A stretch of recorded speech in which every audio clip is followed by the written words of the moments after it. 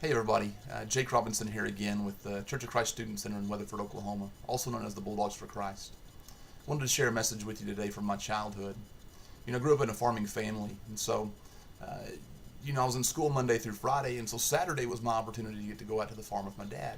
We'd go out and check the cattle, usually, especially this time of the year.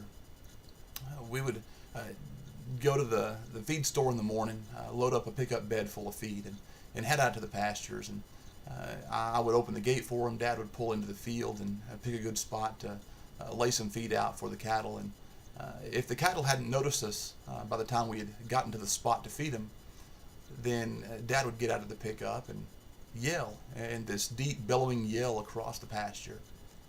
And it never failed. As soon as the cattle heard his voice, they would spring up from laying down, and or if they were grazing, they would poke their head up, look around, and notice that we were there, and they would come running. Well, there was one day we get out to the field, and I think, I think I'm going to try to yell at the cattle. I was probably about 8 years old.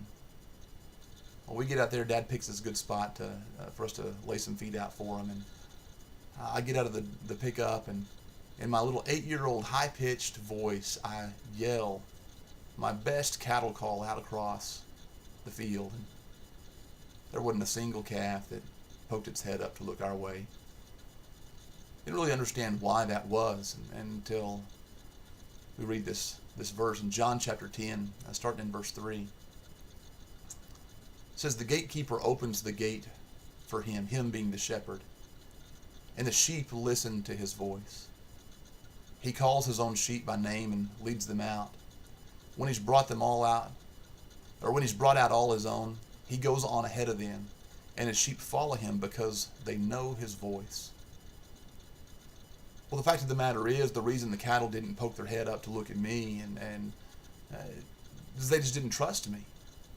I would go out there on Saturdays. Dad would go out there Monday, Tuesday, Wednesday, Thursday, Friday, and Saturday. He had developed a relationship with these cattle. The cattle knew that whenever they heard his voice, they were going to get fed. They trusted him. And there I would go out on Saturdays and expect to get the same results. A trusting relationship with these cattle. Well, it just isn't so. I think you can probably see where I'm going with this, because many of us feel that same way with our relationship with God. That we can spend one day a week, maybe 2 days a week, working on our relationship with him and expect the same kind of result as those people who work at it daily. And it's just not it's just not the case. I want to encourage you to work on your relationship with Christ daily, because that's how you can get to hear his voice. That's how you can know Christ and also be known by him. Thanks for listening. I hope you have a blessed day.